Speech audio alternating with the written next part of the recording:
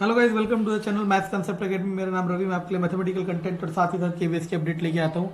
तो अब हम आ गए हैं मैथमेटिक्स का मेंसुरेशन जो चल रहा है वो तो मैं खत्म कर दूंगा अब 2-3 क्लास में। तो अब मैं स्टार्ट करता हूँ अलजेब्रा सीरीज। कौन सी सीरीज स्टार्ट करने? अलजेब्रा। अब सुनना जरूर मैं आपको क्या कहने जा रहा हूँ, ठीक है ना। इस अलजेब्रा सीरीज में हम क्या करने वाले हैं, एक मिनट।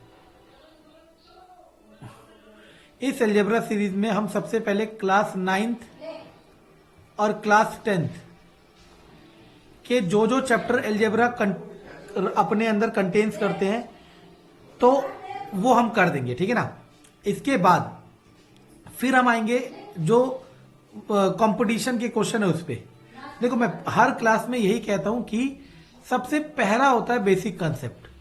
हमने या कोई भी पढ़ा रहा है, चाहे कोई भी पढ़ा रहा है, उसने थोड़ा ना इतनी 10 बुकें पढ़ी हैं, उन्होंने बेसिक कंसेप्ट पढ़े हैं, सिर्फ और सिर्फ बेसिक कंसेप्ट। और उन बेसिक कंसेप्ट के बाद उनका कंसेप्ट, उनके नॉलेज इतना हाई हो गया कि वो किसी भी क्वेश्चन को कर सकते हैं। तो आज से पहले जिसके लिए अलजेब्रा टफ है या जिसने नहीं करा, तो उसके लिए परफेक्ट स्टार्ट हो सकता है ये, अगर वो इसको सही माने तो, ठीक है ना। लेकिन आप लोग सही किसे मानते हो? जिस पे आप पैसे खर्च करते हो, ठीक है ना। मेरा बोर्ड भी खराब होने वाला लिख लिख के, ठीक है ना। चलो, तो हम स्टार्ट करते हैं चैप्टर नंबर 2 क्लास 9th का। और ये हमारा डे 1 है अलजेब्रा का। तो इसके लिए एक अलग प्लेलिस्ट बन जाएगी, उस प्लेलिस्ट का नाम होगा अलजेब्रा सीरीज, ठीक है ना। चलो, सबसे पहले हम स्टार्ट करते हैं। अब जो जो जरूरी है, मैं ऐसा कुछ भी नहीं कहूंगा कि आपको इससे पहले ये पता होना चाहिए। देखो, यही तो खासियत है यार। क्या हो गया, एक मिनट, पता नहीं क्या हो गया। चलो, मैं ऐसा कुछ भी नहीं कहूंगा कि इससे पहले ये जरूरी है, ठीक है ना। तो जो भी जरूरी होगा मैं बताऊंगा। तो सबसे पहले एक फॉर्मूला होता है a प्लस बी का होल स्क्वायर। ये होता है a square plus B square plus 2ab। आप इसे ऐसे भी लिख सकते थे, a प्लस बी का होल स्क्वायर बराबर a square plus 2ab plus B square. दोनों सेम ही है, क्योंकि प्लस में 2 प्लस 3 लिखो या 3 प्लस 2 लिखो, दोनों आने कितने हैं? 5 ही आने। अब सबसे पहले मैं आपको ये बताने की कोशिश कर रहा हूं कि ये फॉर्मूले बने कहां से हैं, ठीक है ना। उसके बाद मैं आपको ये बताऊंगा कि फॉर्मूले बने कहां से, वो तो पता होना जरूरी है, लेकिन जरूरी नहीं है कि उन्हें याद करा जाए कि बने कहां से। आप डायरेक्टली उसे प्रैक्टिस करके याद कर सकते हो। जो नया है ये उसके लिए है, और जो एडवांस है, प्रो है ना, तो जब मैं इसकी एनसीईआरटी करा दूंगा तब देखना, क्वेश्चन मेरे से तेज करके दिखा तो मान जाएंगे, ठीक है ना। तो देखो, इसकी मल्टीप्लाई दोनों से, इसकी मल्टीप्लाई भी दोनों से। अभी क्या होता है, a into A square, a into B A B, B into A B, B into B square. तो क्या बन गया, A square plus A B और A B, 2ab plus B square. तो अभी ये जो मल्टीप्लाई करना मैंने सिखाया ना, कई बच्चों को लगता है कि बहुत छोटी चीज है, लेकिन ऐसा नहीं है, ऐसा बिल्कुल भी नहीं है। यही जो बड़े बड़े क्वेश्चन आते हैं ना, उसमें भी हम यही कंसेप्ट लगाते हैं, ठीक है ना। चलो, इसी तरीके से अगर a माइनस बी का होल स्क्वायर करना हो तो आप इसको घर पे बना सकते हो। ये बनाना मैं क्यों सिखा रहा हूं, ताकि आप लोग अगर इनकेस कभी भूल जाओ फॉर्मूले को तो आप बना सको। और जैसे हम ये फॉर्मूले बना रहे हैं वैसे ही सारे फॉर्मूले बनाएंगे। और फॉर्मूला नंबर 3 होता है, एक होता है a plus B multiply a minus B. तो इसका होता है a square minus B square. ये बना के दिखा दिया। ये भी आप बना सकते हो, ये भी आप बना सकते हो। जो नहीं समझ आए वो मुझसे पूछ सकते हो, ठीक है, कमेंट में। अच्छा, कुछ चीजें आती है। जैसे पहली चीज आती है टर्म, किसे कहते हैं? हिंदी में इन्हें कहते हैं पद, कोफिशिएंट, इसे कहते हैं नियतांक, ठीक है ना। ये सब क्या होता है? टर्म मतलब जैसे आपने लिख दिया, सपोज जैसे यही एक्सप्रेशन है, इसमें 1 2 3, तो 3 टर्म है, इसमें 2 टर्म है, ऐसे करके टर्म होती है। कोफिशिएंट क्या होता है? जैसे मैंने लिखा, मेरा नाम है रवि बिष्ट। मैं बच्चों को यही समझाता था कि बिष्ट के पहले कौन लिखा है? रवि। तो मैं कह सकता हूं Ravi is the coefficient for Bisht, ठीक है ना। वैसे यहाँ पे देखो, जैसे इस वाले टर्म को देखो, माइनस एक्स स्क्वायर, तो सॉरी एक्स क्यूब, तो इसके आगे क्या है? -1 है। तो मैं क्या कहूंगा? Coefficient of x cube is -1, कि एक्स क्यूब का कोफिशिएंट क्या है बच्चों? -1 है। समझ आ रहा है मैं क्या कह रहा हूं? बस 0 पॉलिनोमियल 0 होता है, अभी सब आएगा, ठीक है ना।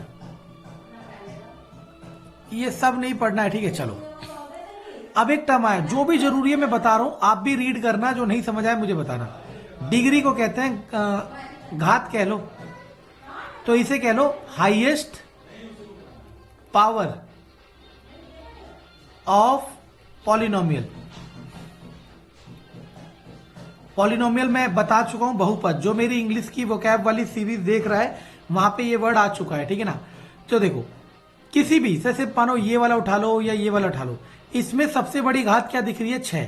तो आपको अगर इसकी डिग्री पूछा जाए तो डिग्री कितना हो जाएगा? 6। आपको इस वाले में सबसे बड़ी घात क्या दिख रही है? 7। तो इसकी डिग्री कितना हो जाएगा? 7 हो जाएगा। ऐसी कोई भी, मानो इस वाले की डिग्री कितनी है? 6। इस वाले की डिग्री कितनी है? 7। इस वाले की डिग्री कितनी है? 4। इस वाले की डिग्री कितनी है? 2। इस वाले की डिग्री कितनी है? 2। इस वाले की डिग्री कितनी है? 2। अब जरूरी नहीं है ये पहले ही लिखा जाए। जैसे मान लो मैं बच्चों को एक एग्जांपल देता था, एक बच्चा बहुत ही चिढ़ जाता था, अच्छा था लेकिन वो चिढ़ जाता। देखो ये पापा है बेटा, ठीक है ना। आप किसी रिलेटिव के वहां गए, पहले पापा फिर बेटा। किसी दिन कोइंसिडेंटली ऐसा हो गया कि उस रिलेटिव के वहां गए, पहले बेटा खड़ा हो गया फिर पापा, तो क्या ये पापा काउंट होगा? नहीं, पापा काउंट वही होगा, ठीक है ना। इसी तरीके से आपको हाईएस्ट पावर देखनी है। हाईएस्ट पावर मतलब जो सबसे बड़ी पावर हो। आपको ये नहीं देखना कि वो पहले लिखा है या फिर बाद में लिखा है। आपको ये नहीं देखना कि वो पहले लिखा है या फिर बाद में लिखा है, ठीक है ना। अब सुनना मैं क्या कह रहा हूं। अब आपके पास जैसे पहले क्वेश्चन आएंगे कि डिग्री, ओके, इसकी डिग्री कितनी है? 5। इसकी डिग्री कितनी है? 8। समझ आ रहा है ना। डिग्री का मतलब होता है हाईएस्ट पावर। ये सब काम आएगा अभी आपके पास, ठीक है ना। जीरो पॉलिनोमियल वही जो जीरो होता है, ठीक है ना। अभी पढ़ लेंगे इसे, यही तो हमें पढ़ना है डिटेल में। चलो अब आपके पास क्वेश्चन आ गया, which of the following expressions are polynomial in one variable which are not, और रीजन जरूर लिखना है। इस क्वेश्चन को जब 9th क्लास में आप लोग होते या हम लोग थे ना, तो हम यस नो करके कर लेते थे। अब मैं इसका एक्सप्लेनेशन भी बताऊंगा, उस एक्सप्लेनेशन को समझना और जब भी मजा आएगा। तो अब लिखते हैं कंडीशन फॉर पॉलिनोमियल। मैं वही कह रहा हूं, जिसका फाउंडेशन बहुत स्ट्रांग होगा ना वो कभी नहीं हारेगा, चाहे कोई एग्जाम हो। इसीलिए ऐसा होता है कि एक इंसान के सारे एग्जाम निकलते हैं। क्यों? क्योंकि उसने अपना फाउंडेशन बहुत स्ट्रांग कर लिया होता है कि वो सारे एग्जाम क्वालिफाई करता है। पॉलिनोमियल के लिए 2 कंडीशन होता है। पहला condition, all powers should be positive. सारी पावर्स क्या होगी? पॉजिटिव। दूसरा क्या होगा? Powers should not be in fraction, मतलब बटे में नहीं होना चाहिए, P/Q में नहीं होना चाहिए। ये 2 कंडीशन होती है पॉलिनोमियल्स के लिए। ये दो कंडीशन होती है पॉलिनोमियल के लिए, ठीक है ना। ये 2 कंडीशन होती है पॉलिनोमियल के लिए, ठीक है ना। अब आप इस एक्सप्रेशन को देखो, रीजन भी लिखेंगे, ठीक है ना। यहां लिखते जाएंगे। पहला है तो यस और नो रीजन। इसकी पावर 2 है, इसकी पावर 1 है। आप इसको लिख सकते हो x की पावर 0, क्योंकि किसी की पावर 0 1। अब ये दोनों कंडीशन सेटिस्फाई कर रहा है नहीं कर रहा है, तो आंसर लिखोगे यस। और 1 वेरिएबल क्या होता है? अच्छा ये बताना भूल गया। वेरिएबल वो होता है जिसकी वैल्यू वेरी करती है, मतलब जिसकी वैल्यू फिक्स नहीं होती है, नॉट फिक्स। जैसे आपने लिखा x तो 1 भी हो सकता है, x2 भी हो सकता है, 3 भी हो सकता है, 1.5 भी हो सकता है, कुछ भी। तो x क्या हो जाएगा? वेरिएबल। तो आम भाषा में आप समझ सकते हो जितने अल्फाबेट्स होते हैं वो वेरिएबल होते हैं इक्वेशन की फॉर्म में। तो यस, इसने कहा 1 वेरिएबल है। हाँ 1 वेरिएबल है क्योंकि x ही चल रहा है। Which are not state for reason, जो नहीं होगा उसका रीजन लिखेंगे, हाँ का तो लिखने का फायदा नहीं है। इसकी पावर क्या है? 2। इसके साथ नहीं है तो y की पावर 0 लिख लो। कंडीशन वेरीफाई कर रहा है, हाँ, तो ये आ जाएगा यस। अब तीसरे पे आते हैं। अब यहां देखो, अंडर रूट का मतलब होता है बच्चों पावर 1/2। तो पावर फ्रैक्शन में आ गई, पावर फ्रैक्शन में आ गई तो नो। तो आंसर लिखोगे because power is in fraction. तो फ्रैक्शन को मैं लिखता हूं P/Q। 4th question. अब देखो ये y की पावर 1 है, ये y की पावर 1 है। इस y को ऊपर ले जाओगे तो क्या हो जाएगा? y plus 2y⁻⁻1। नेगेटिव आते ही आंसर हो जाएगा 9। और इसका आंसर क्या लिखोगे कि पावर नेगेटिव में। इस वाले को आओ तो कंडीशन तो सारी मैच कर रहा है, लेकिन इसमें 3 वेरिएबल आ गए। कितने वेरिएबल आ गए? 3 वेरिएबल। समझ आया?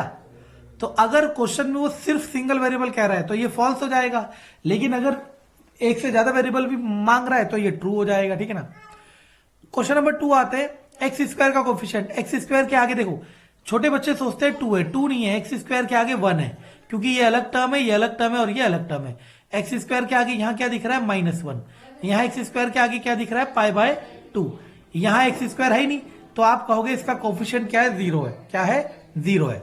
अगले, give an example of each binomial. देखो अब यहां से लेवल उठाने की कोशिश कर रहा है। मैं बता चुका हूं इंग्लिश वोकैब में, बार बार कह रहा हूं कि कंप्लीट पैकेज है और वो भी बिना किसी फीस के। ठीक है ना, फीस नहीं है कोई। ठीक, बायनोमियल का मतलब जिसमें 2 टर्म होती है, तो x मान लो और दूसरा भी x मान लो, सिंगल वेरिएबल मान रहे हो तो। डिग्री 35 मतलब सबसे बड़ी पावर 35 हो और बाकी पावर कुछ भी लिख दो। मोनोमियल मतलब अकेला, और जिसकी डिग्री क्या है? 100 लिख दो। आप इनके आगे 2, 3, 4 कुछ भी लिख सकते हो, फर्क नहीं पड़ता, इसलिए क्वेश्चन नहीं आते। लेकिन अभी हम कंसेप्ट बना रहे तो हमारे लिए हर कोई जी रही है। डिग्री बतानी है। ठीक है ना, इसके सबके आंसर आपको लिखने हैं और आंसर चेक करने हैं। ठीक है ना, एनसीईआरटी पीडीएफ डाउनलोड हो जाती है, आंसर चेक कर सकते हो। अब सुनना क्या होता है, डिग्री और इक्वेशन का नाम।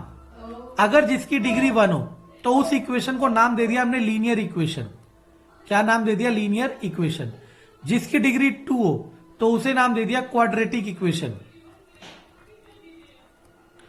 जिसकी डिग्री 3 हो उसको नाम दे दिया हमने क्यूबिक इक्वेशन। जिसकी डिग्री 4 हो उसको नाम दे दिया बाय क्वाड्रेटिक इक्वेशन। ठीक है ना। चलो अब सुनना, यहां डिग्री क्या है? 2 हो गया तो क्वाड्रेटिक इक्वेशन। यहां डिग्री क्या है? 3 हो जाएगा क्यूबिक इक्वेशन। तो ये वाला आप सारा करोगे, जो नहीं आएगा वो आप मुझसे पूछ सकते हो, आपका हक है, राइट है। ठीक है ना। चलो अब जो अगली एक्सरसाइज है, ये सब फाउंडेशन है। अब आप कहोगे कहां फाउंडेशन है? मैं आपको प्रूफ कर देता हूं। ठीक है ना, क्योंकि क्वेश्चन करने वाले बहुत है। एक है रिमाइंडर थ्योरम। क्या है? Remainder theorem. अगर एलजेब्रा के क्वेश्चन उठाओ आप 10 साल के, और उसमें 3 या 4 बार आपको रिमाइंडर थ्योरम दिखेगा। एसएससी का बहुत इंपॉर्टेंट टॉपिक है और इस पे बढ़ चढ़ के लेक्चर बनाए जा रहे हैं और इतनी भीड़ है जिसकी कोई हद नहीं। लेकिन उसका ओरिजिनेशन हुआ है इस एक्सरसाइज 2.2 से। ये कोई नहीं सिखाएगा, सिखाएंगे क्या? Remainder theorem. क्योंकि अगर सब कुछ बता दिया जाएगा तो फिर भीड़ कहां रहेगी। ठीक है ना। तो आपको एक्सप्रेशन दे रखा 5x - 4x² + 3, और x की जगह क्या रखना है? 0। तो रख दो 5, 0 - 4, 0, 3 आ गया। समझ आया मैं क्या कह रहा हूं? तो ये रखना सिखा रहा है। क्यों सिखा रहा है अभी वो बताएंगे। रिमाइंडर थ्योरम के लिए सिखा रहा है। अब कह रहा है P0 का मतलब है y की जगह हर जगह 0 रखना है। P1 मतलब इसी में y की जगह एक बार 1 रखना है। P2 मतलब इसी में y की जगह 2 रखना है, फिर इधर। ये क्यों करा रहा है अभी बताऊंगा। चलो अब ये जो आ गया जीरोस, इसे हम कहते हैं शून्यक, और एक और नाम कहते हैं रूट्स ऑफ द इक्वेशन। अब ये क्या होता है समझते हैं। जैसे मैंने एक इक्वेशन लिखी है x + 4, इस इक्वेशन को नाम दे दिया px। आप qx भी दे सकते हो, आप fx भी दे सकते हो, आप रवि x भी दे सकते हो, आप मोना x भी दे सकते हो, आप टोना x भी दे सकते हो, गोना x भी दे सकते हो, कुछ भी दे सकते हो। आपने इक्वेशन लिया। अब मैं कहूं ये जो इक्वेशन है बच्चों, ये किस x की किस वैल्यू पे 0 होगी, तो आप कहोगे सर x = -4 रख दो, -4 + 4 क्या हो जाएगा? 0। सही है ना। तो यानी कि x = -4 is the 0 of this equation. समझ आ रहा है क्या कह रहा हूं मैं? x = -4 is the 0 of this equation. मैंने क्या कहा? x = -4 is the 0 of this equation. ये बात क्लियर हो गई ना आप लोगों को? चलो अब सुनते रहना मैं क्या कह रहा हूं। अब सुनना, यहां पे चेक करना है कि ये 0 है कि नहीं है, शून्य है कि नहीं है। तो बस x की जगह वैल्यू उठा के रख दो 3, x की जगह -1/3 + 1, -1 + 1 दैट इज 0। सब में चेक करना है, कर लोगे ना? चलो सबके आंसर एनसीईआरटी में दिए हुए आपको करना है। जैसे मैं ये वाला कर देता हूं, सपोज 3, x की जगह पहले ये रखना है, फिर वो पहले इसी को कर लेता हूं। -1/√3 का स्क्वायर -1, 3 1/3 -1, 1 -1 0। तो यानी कि इस वाले केस में क्या आएगा, यस। और मुझे तो याद है इस वाले केस में आएगा नो। वैसे ही इस वाले को रखोगे तो इस वाले केस में आएगा यस। ठीक है ना, ऐसे सबका चेक करना है। अब क्वेश्चन नंबर 4 में करना है, फाइंड करना है जीरो। देखो जैसे ये इक्वेशन मैंने ली थी x+4 px, इस इक्वेशन का नाम था। ये तो आपको देख के समझ आ गया था कि x इक्वल टू -4 रखने पे इक्वेशन जीरो हो जाएगी। लेकिन अगर आपको निकालना हो तो कुछ नहीं करना, इस इक्वेशन को जीरो के इक्वल कर दो तो x की वैल्यू -4। जो रिमाइंडर थ्योरम है ना, रिमाइंडर थ्योरम में एग्जैक्टली यही करना है। रिमाइंडर थ्योरम में एग्जैक्टली यही करना है। मैं क्या करूंगा, इस वीडियो के डिस्क्रिप्शन में रिमाइंडर थ्योरम वाली वीडियो, मैं सारी वीडियो बना चुका हूं, उसका लिंक डाल दूंगा। अगर आप चाहो तो वहां से देख सकते हो, वरना मैं तो आपके कोर्स के हिसाब से कराने वाला ही हूं। ठीक है ना, कराऊंगा ही मैं तो आपके कोर्स के हिसाब से। ठीक है ना, तो आपको कोई टेंशन नहीं लेनी, सब कुछ होगा। और मिड मार्च से पहले करा दूंगा आपका रिक्रूटमेंट, अगर ऐसा होता है तो। जैसा उन्होंने कहा है कि रिक्रूटमेंट 15 मार्च तक आ जाएगी। ठीक है ना, ठीक। लेकिन जो भी हो, पेपर आपका आपको कह दिया मई जून के आसपास होगा, मार्च के बाद अगर होगा तो ठीक है ना, मार्च को नोटिस आएगा। तो मैं आपके मार्च एंड तक आपको सारा सिलेबस करा दूंगा, मैथ, साइंस और रीजनिंग में। ठीक है ना, चलो, और कंप्यूटर में, सॉरी। अब देखो जैसे इसी को उठा लो, 3x - 2 = 0, 3x = 2, x = 2/3। तो यानी कि x = 2/3 वो नंबर है जो यहां रखोगे, इक्वेशन क्या हो जाएगी, 0। अब देखो रिमाइंडर थ्योरम आ गई ना। और मैं कह रहा हूं आप मेरे पे यकीन मत करना, यूट्यूब पे जाना और लिखना remainder theorem for SSC, for अगली बार लिखना DSSB, अगली बार लिखना KVS। आपको कम से कम टोटल मिलाओगे तो इतनी वीडियो मिल जाएगी। लेकिन कंसेप्ट कहां से है, यहां से। चलो अब करते क्या है,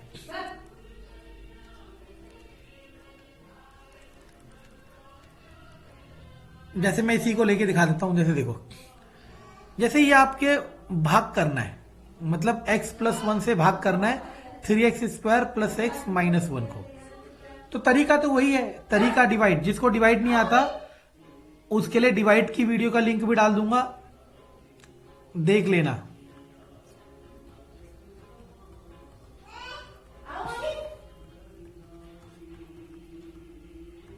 वन आ गया, रिमाइंडर क्या आ गया, 1। अब ये रिमाइंडर थ्योरम कहती क्या है समझो। ये रिमाइंडर थ्योरम कह रही है ना कि आप without divide you can find remainder, यानी कि आपको डिवाइड नहीं करना है और फिर भी आप रिमाइंडर निकाल सकते हो। ये कह रहा है रिमाइंडर थ्योरम। क्या कह रहा है, समझ आया? मैं कह रहा हूं रिमाइंडर थ्योरम ये कह रही है कि आपको भाई डिवाइड नहीं करना, आप रिमाइंडर थ्योरम का इस्तेमाल करके डायरेक्टली रिमाइंडर निकाल सकते हो। कैसे निकालोगे, देखो ये कह रहा है कि जिससे भाग करोगे पहले तो उसको 0 के इक्वल करो और वहां से x की वैल्यू निकालो। इनडायरेक्टली समझो तो इस इक्वेशन का 0 निकल गया है। क्या निकल गया, 0। और इस 0 को वहां रख दो जिसे भाग करना है। 3x की जगह -1, x की जगह -1 और -1। तो क्या आ जाएगा, 3 -1 का स्क्वायर 1, -1, 3 - 2 दैट इज 1। समझे? इसी रिमाइंडर थ्योरम को सिखाने के लिए बड़े बड़े देवता उतरते हैं। ठीक है ना, जबकि है कुछ नहीं। अच्छा ये क्या है, अब ये भी सीखोगे तो कहां जाओगे, देखो कैसे। 3 से भाग करो 7 को, 3 दूनी 6, 1। ये 7 कैसे निकलता है, इन दोनों को गुणा करो, यही तो लिखा है। डिविडेंड का मतलब होता है जो अंदर होता है, जो भाग हो रहा होता है। डिवाइजर का मतलब हो गया जिससे भाग कर रहे हैं। कोशेंट का मतलब हो गया जितनी बार भाग हुआ है, और प्लस रिमाइंडर का मतलब ये। तो अगर ये भी आप याद कर रहे हो तो फिर क्या फायदा। ठीक है ना, इसे समझने की कोशिश करो। अब देखो बड़े बड़े डिवाइड आएंगे, जैसे ये रहा, जैसे ये है, कह रहा रिमाइंडर निकालो। तो आपने पहले x - 1 को 0, x = 1, ये तो देखते ही समझ आएगा। यहां 1 रख दो हर जगह। देखो बिना पेन की हो जाती है कैलकुलेशन, 1 की मैं लेकिन कर लेता हूं। आप ये ना सोचो कि ये जल्दीबाजी करा रहा है, क्योंकि सब तरह के बच्चे हैं। ठीक है ना, 3 4 3 1, तो 4 3 7 और 1 8, 3 माइनस 8 दैट इज माइनस का 5। पता है, आप खूबसूरती समझो रिमाइंडर थ्योरम की। जब हम किसी चीज की खूबसूरती समझते हैं ना, तब हमें उसकी अहमियत का एहसास होता है कि रिमाइंडर थ्योरम में ये सारा बवाल बचा दिया, वरना ये सीखने में ही आपका बहुत समय वेस्ट होता था और कई बच्चे सीख ही नहीं पाते थे। ठीक है ना। तो अब ये अगली एक्सरसाइज जो आ रही है वो रिमाइंडर थ्योरम में आ रही है। ठीक है ना। Exercise 2.2 completely based on remainder theorem. चलो एक कर लेता हूं, जैसे मैं कर देता हूं पहले ये वाला, फिर पाई वाला। कोई सा भी कर सकते हो, नहीं आएगा तो आप पूछ सकते हो, आपका राइट है। ठीक है ना। देखो जैसे ये लेके चलूंगा तो x माइनस 1/2 इक्वल टू 0, तो x इक्वल टू 1/2। तो जहां जहां x है 1/2 रखूंगा, 1/2 की क्यूब, क्योंकि क्यूब था, प्लस 3 1/2 का स्क्वायर, प्लस 3 1/2 प्लस 1, तो जाएगा 1/8 प्लस 3/4 प्लस 3/2 प्लस 1। एलसीएम आएगा 8, 4 दूनी 8, 3 दूनी 6, 4 तिया 12, 8 एकम 8, that is 27/8 is our answer. समझ आ गया। अब जैसे वैसे तो एकेडमिक का पार्ट है, लेकिन मुझे कराना नहीं चाहिए, इसको करोगे तो एक्स की वैल्यू माइनस पाई आएगी, यहां रख दो, तो माइनस पाई की cube plus 3 pi square, directly करना होता है, माइनस 3 पाई प्लस 1। इसको सॉल्व नहीं करना है, इसको सॉल्व नहीं करना है, यही छोड़ना होता है। ठीक है ना। चलो अब आते हैं क्वेश्चन नंबर 2 पे। क्वेश्चन नंबर 2 में कह रहा है कि रिमाइंडर निकालो, तो इसको 0 करोगे तो जहां जहां एक्स आ रहा है वहां वहां ए रख दो, चेक कर लो। अब देखो क्वेश्चन समझो, अब सुनना मैं क्या कह रहा हूं। मानो 3 से 15 को भाग करते हो, 3 पंजे 15, 0, रिमाइंडर कितना आया 0। यानी कि अगर किसी का रिमाइंडर 0 आ जाता है, अगर किसी का रिमाइंडर 0 आ जाता है, सुनते रहे ना मैं क्या कह रहा हूं, अगर किसी का रिमाइंडर 0 आ जाता है तो ये नंबर इसका फैक्टर होता है, ये नंबर इसका फैक्टर होता है। यानी कि वो कह रहा है 7 plus 3x is a factor of 3x cube plus 7x, ये पूछ रहा है। तो एक तरीका तो आप डिवाइड करके देख लो, और एक तरीका आप रिमाइंडर थ्योरम लगाओ। और रिमाइंडर थ्योरम कैसे लगेगी, 7 प्लस 3x को 0 करोगे तो x की वैल्यू -7/3 आएगी।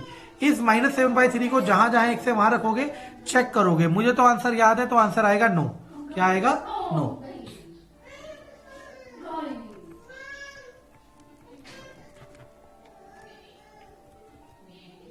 देखो अब आपके पास 3 इक्वेशन के हमने मेनली नाम लिए थे, एक लीनियर इक्वेशन, एक क्वाड्रेटिक इक्वेशन और एक क्यूबिक इक्वेशन, और एक और ले लो बाई क्वाड्रेटिक, क्योंकि क्लास 10th में इसको हमने करना पड़ेगा। ठीक है ना। आपका अगर ये लेवल रहेगा ना मैथ का, तो आपका एक भी क्वेश्चन गलत नहीं होगा, पूरे 20 में से 20 आएंगे, क्योंकि हम मैक्सिमम स्ट्रेंथ लेके चल रहे हैं कि कितना मैक्सिमम चल सकता है, वो कितना वो मैक्सिमम चल सकता है, हम इसको लेके चल रहे हैं, हम इसको लेके चल रहे हैं कि वो कितना मैक्सिमम चल सकता है। समझ आ रहा है मैं क्या कह रहा हूं। इसीलिए हम अगर इतना मैक्सिमम करेंगे तो गलती होने के चांस बिल्कुल भी नहीं होंगे, गलती होने के चांस बिल्कुल भी नहीं होंगे। ठीक है। चलो अब सुनना मैं क्या कह रहा हूं। क्वाड्रेटिक इक्वेशन के रूट्स निकालने हो, या जीरोज निकालने हो, या फिर फैक्टर निकालने हो, यानी कि द्विघात समीकरण के अगर आपको फैक्टर निकालने हो, तो उसे फैक्टर निकालने के आपके पास बहुत तरीके हैं, लेकिन यहां जो पहला तरीका है उसका नाम है स्प्लिटिंग मिडिल टर्म। ऐसा बहुत कम होता है कि इस स्टेज में आपको स्प्लिटिंग मिडिल टर्म ना आता हो। ठीक है ना। लेकिन मैं मान के चलता हूं कि आपको नहीं आता। ठीक है ना। तो कैसे करना है स्प्लिटिंग मिडिल टर्म बताता हूं। जैसे पहले मैं एक आसान क्वेश्चन लेता हूं, x² प्लस 3x प्लस 2, ये एक इक्वेशन है, इसकी डिग्री कितनी है 2, डिग्री कितनी है 2, तो ये कौन सी इक्वेशन है, क्वाड्रेटिक इक्वेशन है। कौन सी इक्वेशन है, क्वाड्रेटिक इक्वेशन है। अगर ये क्वाड्रेटिक इक्वेशन है तो हमने अभी तरीके का नाम लिया स्प्लिटिंग मिडिल टर्म, तरीके का नाम लिया स्प्लिटिंग मिडिल टर्म। तो अब हम इसे फॉलो करने की कोशिश करते हैं, सुनने की कोशिश करना। तो x² प्लस 3x प्लस 2 है। अब मिडिल टर्म को स्प्लिट करने का क्या मतलब है, देखो सबसे पहली टर्म और सबसे लास्ट टर्म, इन दोनों को मल्टीप्लाई करो, 1 मल्टीप्लाई 2 2। अब यहां तो ऐसा हो गया कि 2 को ऐसे ही लिख सकते हैं और कोई तरीका नहीं है, 2 1 जा 2 लिखो तब भी वही रहेगा। अब ये जो मिडिल टर्म है ना, इसको ब्रेक करना पड़ता है इनकी टर्म्स में। तो कैसे कर सकते हो, इसको ऐसे लिखोगे, आप लिख सकते हो 2x plus 1x, 2x plus 1x क्या हो जाएगा 3x प्लस 2। लिखने को तो मैं 4x माइनस 1x भी लिख सकता था, वो भी 3x होता है, लेकिन हम उठा नंबर यहीं से सकते हैं। तो अब पहले वाले दो में से कॉमन लोगे तो x प्लस 2 बचेगा, दूसरे वाले दो में से कॉमन लोगे तो x प्लस 2 बचेगा।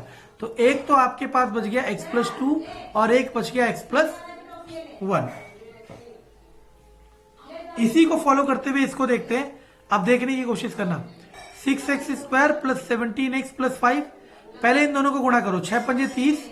अब 30 आता कैसे कैसे ये लिखना है, देखो पहले लिखोगे 15 दूनी 30, 10 तियां 30, 6 पंजे 30, है ना। अब मिडिल टर्म क्या है 17, यहां तो एक ही नंबर है जो आपको 17 देगा। कभी कभी ऐसा होगा कि आपके पास एक से ज्यादा नंबर होंगे जो आपको 17 देंगे, एक से ज्यादा नंबर होंगे जो आपको 17 देंगे, तब आपको चॉइस करना है कौन सा, वो भी सिखाऊंगा। लेकिन यहां तो ये अकेला बचा है। 6x स्क्वायर को ऐसे लिखोगे, 15x प्लस 2x प्लस 5, इन दोनों में से क्या कॉमन ले सकते हो, देखो 6 और 15 किसके पहाड़े में आता है 3 के, 6 और 15 किसके पहाड़े में आता है 3 के, तो 3x कॉमन लिया तो बचेगा x प्लस 5, 2x प्लस 5, और यहां तो कुछ कॉमन नहीं आएगा तो 1 लिख दो, 2x प्लस 5।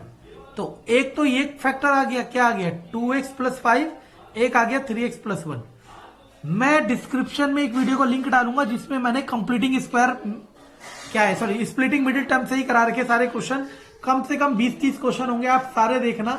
ऐसा हो ही नहीं सकता कि आपको समझ ना आए, सही है ना, क्योंकि ऐसा अनफेयर हो जाएगा उन बच्चों के साथ जो सीखने के लिए आए। तो सबसे पहले तो चेक करना है कि ये फैक्टर है कि नहीं है। मैंने कहा था फैक्टर के लिए भी आप क्या यूज कर सकते हो, रिमाइंडर थ्योरम। क्या यूज कर सकते हो, रिमाइंडर थ्योरम। बस याद रखना कि फैक्टर के केस में रिमाइंडर कितना आना चाहिए, 0 आना चाहिए। कितना आना चाहिए, 0 आना चाहिए। समझ आ रहा है मैं क्या कह रहा हूं। आप यूज रिमाइंडर थ्योरम कर सकते हो, लेकिन याद रखना कि फैक्टर के केस में भी रिमाइंडर कितना आना चाहिए, 0 आना चाहिए। तो आपको इन सबके इनडायरेक्टली रिमाइंडर ही निकालने हैं। कैसे निकालोगे, यहां से x प्लस 1 0, तो x की वैल्यू -1 आ जाएगी। यहां रख के देख लो, अगर x की जगह -1 रखती पूरी इक्वेशन 0 हो जाती है, तो हाँ ये फैक्टर है, अदरवाइज नहीं है। ये सारे क्वेश्चन करने हैं अगर आपको अपना कंसेप्ट बिल्डअप करना है तो, क्योंकि हो सकता है आपके पेपर में यही क्वेश्चन आ जाए। अब देखो इस क्वेश्चन को देखो,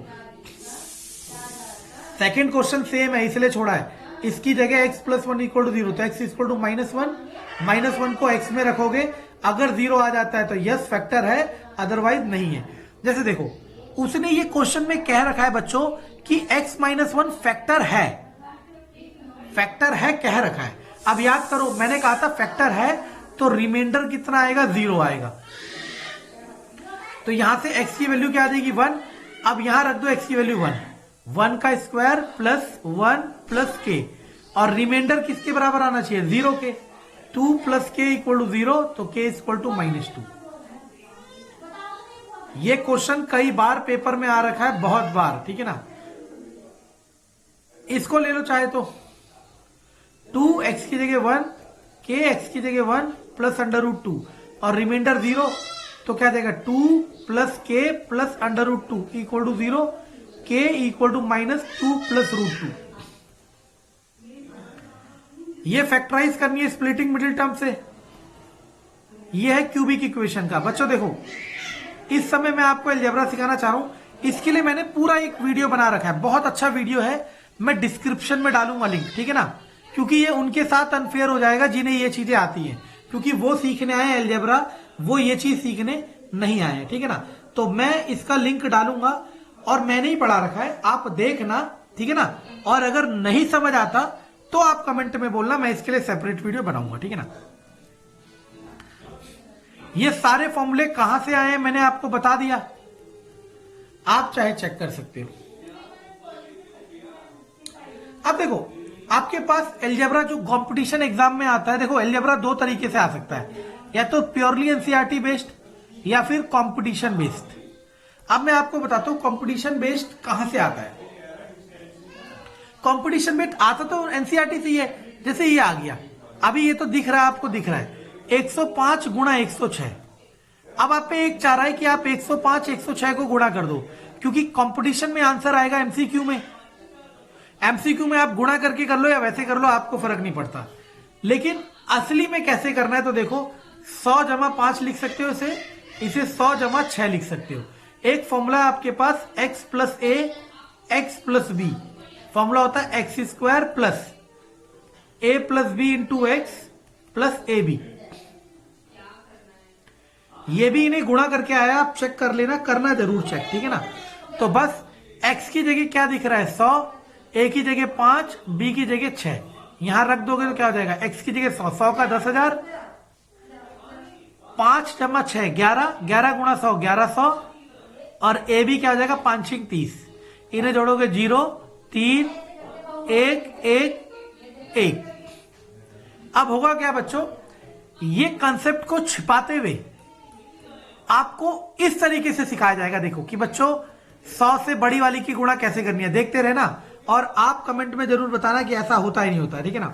और इसी चीज के खिलाफ मैं बोलना चाहता हूं कि कंसेप्ट क्यों छिपाया जा रहा है, ठीक है ना। कैसे बताया जाएगा बच्चों, देखो ये 100 जमा 5 है, 100 जमा 6 है, तो पहले 100 का स्क्वायर कर दो, आप कहोगे जी वाओ, कहेंगे इन दोनों को जोड़ दो, आप कहोगे वाओ, फिर बच्चों 100 से गुणा कर दो, आप कहोगे वाओ, फिर बच्चों इन दोनों की गुणा कर दो, आप कहोगे वाओ, बच्चों जोड़ दो, आप कहोगे वाओ। आप ये नहीं पूछ रहे कि सर हाउ, समझ आ रहा है मैं क्या कह रहा हूं। चलो मजा आया तो लाइक सब्सक्राइब शेयर जरूर करना।